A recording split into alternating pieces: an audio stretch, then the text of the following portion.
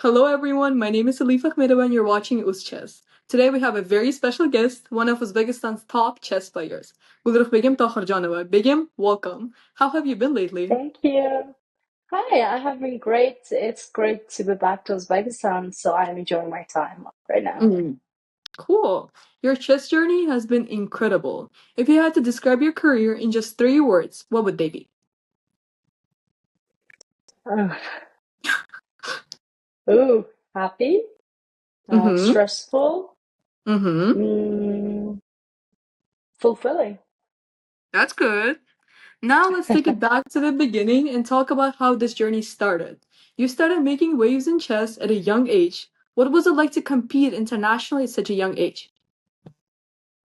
Honestly, it wasn't the easiest thing because it's challenging to leave your childhood behind and then compete in such like tournaments back to back. It's a responsibility uh, that not everyone can handle. Of course, it has its good sides. For example, traveling, meeting different people in different Mm. countries. It's amazing, and I loved it. But of course, that side, like you're leaving friends behind, wasn't the easiest.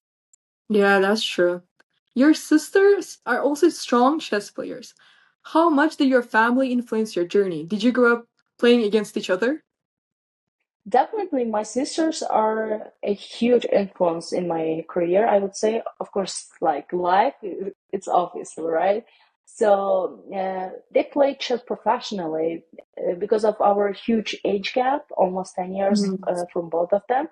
I grew up seeing them competing, and I always wanted to be at the table as well, like competing, trying, and Mhm. achieving something. Mm. Many young chess players sometimes struggle with self doubt. Was there ever a moment when you questioned your path in chess? If so, what kept you That going? Definitely, any sports player, I feel like at some point they feel like maybe I'm not enough. Those feelings always go through your mind, especially when you're losing a game or when you're having a bad tournament or bad period of tournaments, and any other competitors feel the same. I think it was hard at first when you feel that way. It's tough. So people around your coaches, your family, and their support means a lot. Those times, and sometimes it happens even now. But those times, I feel like I already know. No matter what I feel, it will go away. And what stays is like my hard work and my dedication. Hmm. From those early years to now, you've played on some of the biggest stages in chess. Let's talk about those experiences. You've competed in major tournaments like the United States Women's Championship and the Chess Olympiads. Which tournament victory or experience has meant the most to you? Honestly, it's so hard to choose one tournament because I think every achievement I have, every trophy I had Mhm. is so important, and it's kind of like a stone that you build one by Mhm. one. So it's so hard for me to say which achievement was the best, but I feel like one of the good periods of my career was 2018 and 2019. 2018, I got like into the World Women's Championship. Now it's World Cup, but at the time it was called World Women's Championship, and I made it there to top eight players in the world, and Mm. also I shared first place at the World Girls and Youth Championships. It's under 20, so it was a big deal. Mhm. Of course, I regret that I didn't win because of the tie breaks, but still, I think it was a huge step, and I feel like there I felt like I can fight with any women's player in the world. That does sound a huge step. Yeah, Chess isn't just about skill, it requires incredible mental strength. How do you handle pressure in your games? I think it's pressure is built from the young stage. You play a lot Mm. and you train Mm. a lot. That's how you start handling it better because Mm. you kind of get used to not talking, not like looking around and focusing. Because when you're younger, those things it will go away. It will pass at some point. So, Mm, and next thing is like always, of course, being in shape. If you're not in shape, not only physically but mentally, you still can fail very easily. That's why I feel like being in shape helps a lot to control the mm, pressure. yeah, true. You've played against many world-class opponents. Who has been your toughest rival and what did you learn from them? Among women, I would say it was June June. I haven't won a single game against her yet. We had like draws or something, but Mm, I she's the current world women's champion as well. But I feel like it taught me that it's possible to get there, but at the same time, it's not going to be easy. So mm, it's a good feeling to have that it's more or less realistic, but at the same time, it requires a lot of work. mm.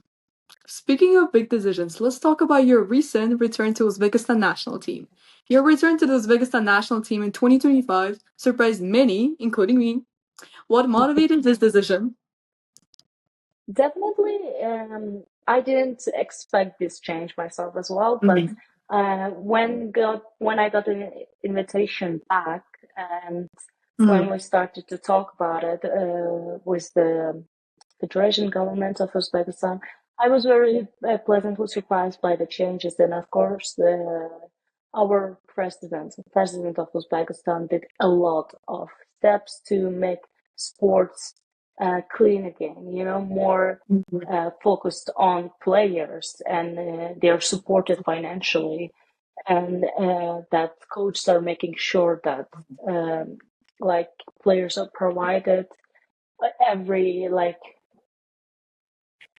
everything they need to achieve. For example, even mm, Olympic Paralympic Olympic Games, I think you can see that those changes affected on the results directly to Uzbek players. mm, So, and I always wanted to get back and play for the country. Definitely, the reason I left was like talked a lot about it. You know, people talked a lot about it, and I don't want to like mention that, but there were yeah. certain people, certain situation that I couldn't like take. That's why I left. And now I'm back because those things are no longer valid. And of course, I love to represent my own country. And that was my dream to lead the team. Mm, So we'll see how it's going to go. good. I saw a picture of you with the president of Uzbekistan, Shavkat Mirziyoyev. That must have been an unforgettable moment. Did anything notable come up that you'd like to share?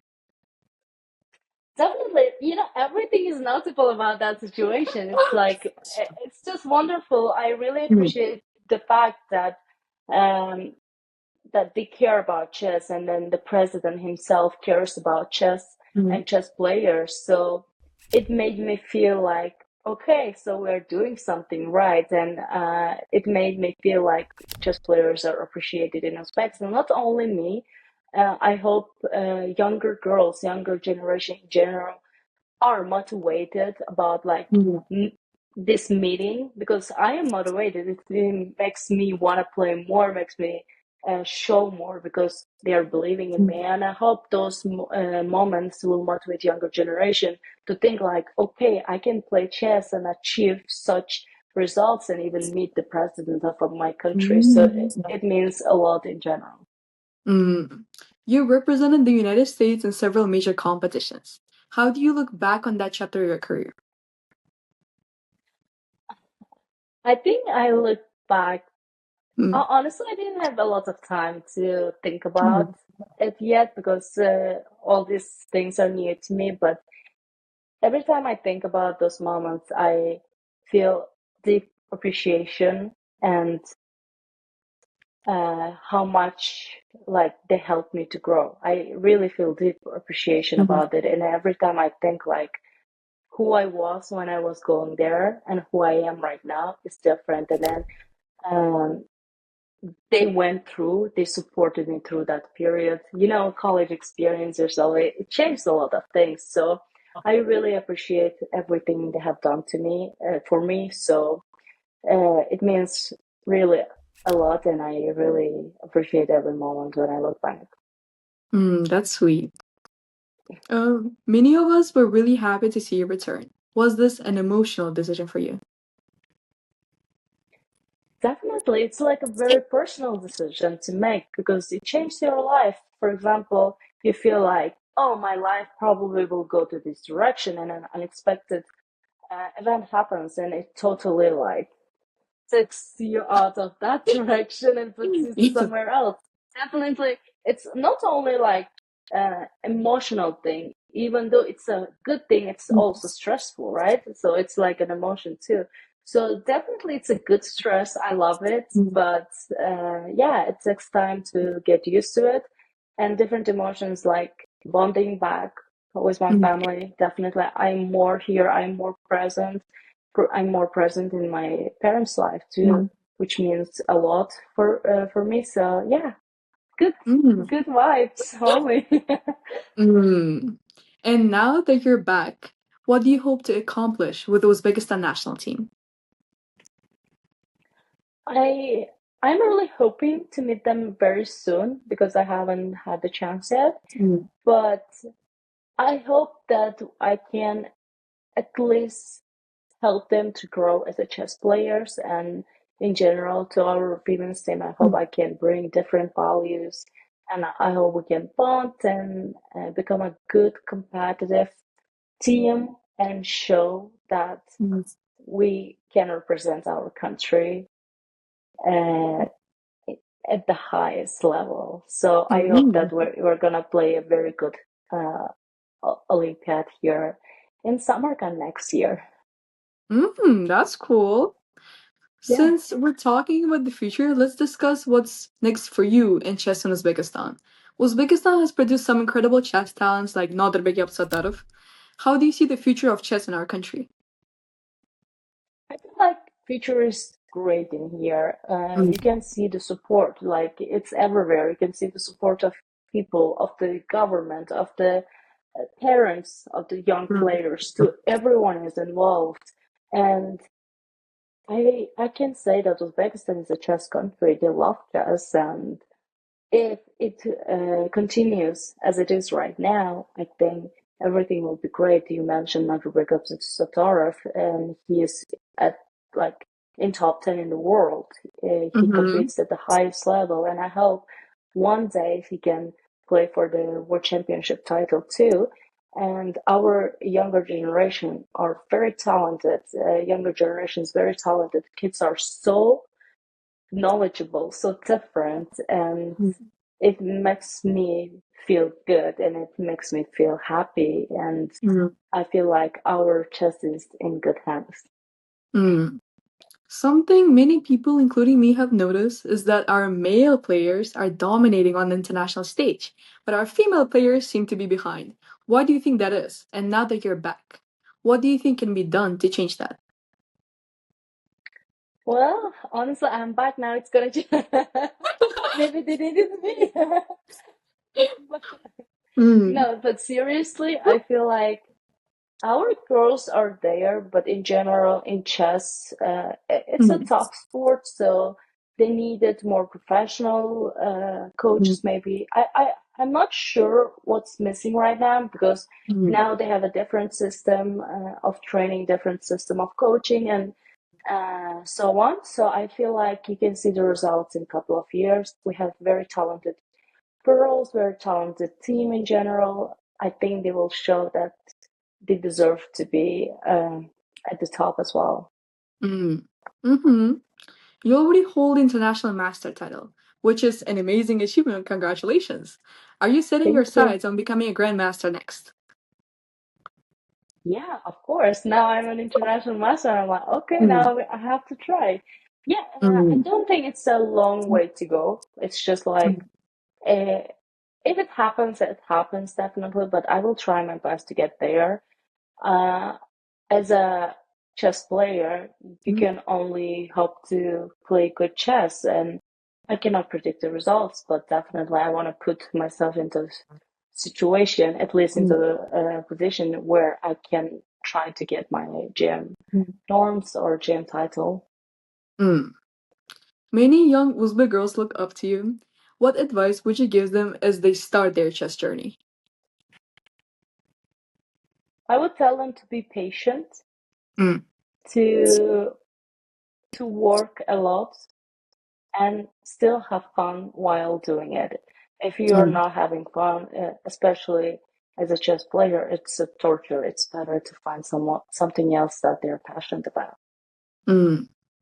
Now let's move away from chess for a little bit and get to know you a little bit better. You've lived in both Uzbekistan and the United States. When you were abroad, what did you miss most about Uzbekistan? Food and family, or maybe family comes first and food. I'm not sure. Mm. I get it, I get it. Same thing for me. When you are not playing chess, what's something people might be surprised you love doing? Hmm. I don't think I do anything that surprised people. I just want to be an ordinary person. Mm, I have been learning how to drive, and I've been trying to explore more startups and different businesses. mm, I majored in business, so it's something interesting for me, and mm, stock markets, of course. So it's something interesting. Besides that, I mm, love reading. I'm obsessed with watching movies, TV shows.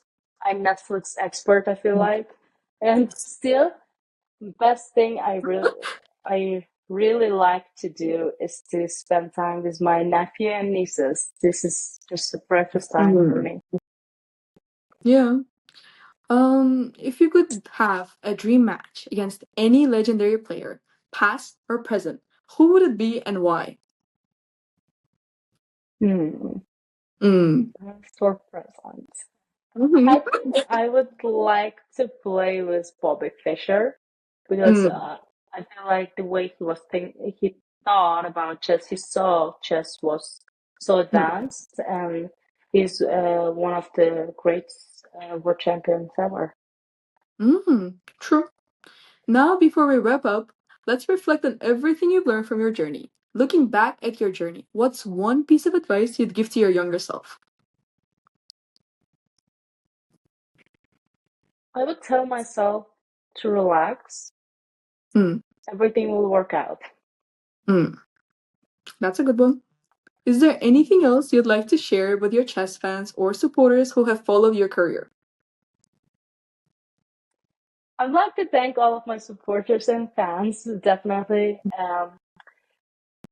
For their patience, for their understanding, because my career has been a roller coaster. But I have received a lot of messages, people from United States or Uzbekistan supporting my decision while I was switching there and switching back. So I really appreciate. I read many of the messages, not all of them maybe, but I really appreciate everyone who reached out to me in any way and congratulate me or like supported me. So it means a Mm. lot to me. That's sweet. Begim, it's been an absolute pleasure having you here. Thank you for sharing your insights and experiences with us. We at Uzces wish you all the best in your future games. This was Alif Ahmeda with Uzces. Until the next time. Thank you so much, Ali.